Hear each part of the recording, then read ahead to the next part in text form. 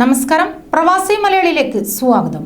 നീണ്ട 3.5 വർഷത്തെ ഉപരോധത്തിന്റെ പശ്ചാത്തലത്തിൽ അടച്ചുപൂട്ടിയ ഖത്തറിലെ സൗദി അറേബ്യയുടെ എംബസി ദിവസങ്ങൾക്കകം വീണ്ടും തുറക്കുമെന്ന് സൗദി വിദേശകാര്യമന്ത്രി അറിയിച്ചു.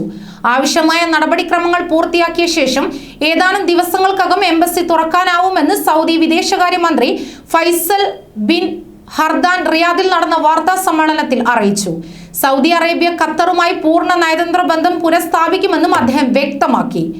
ജനുവരി 5-ന് റിയാദിലെ അൽ ഉല സിറ്റിയിൽ നടന്ന GCC ഉച്ചകോടിയിൽ സൗദി, UAE, ബഹ്റൈൻ, ഈജിപ്ത് എന്നീ രാജ്യങ്ങൾ ഖത്തറുമായുള്ള ഉപരോധം അവസാനിപ്പിക്കുവാനും നയതന്ത്ര ബന്ധം പുനഃസ്ഥാപിക്കുവാനും തീരുമാനമെടുത്തിരുന്നു.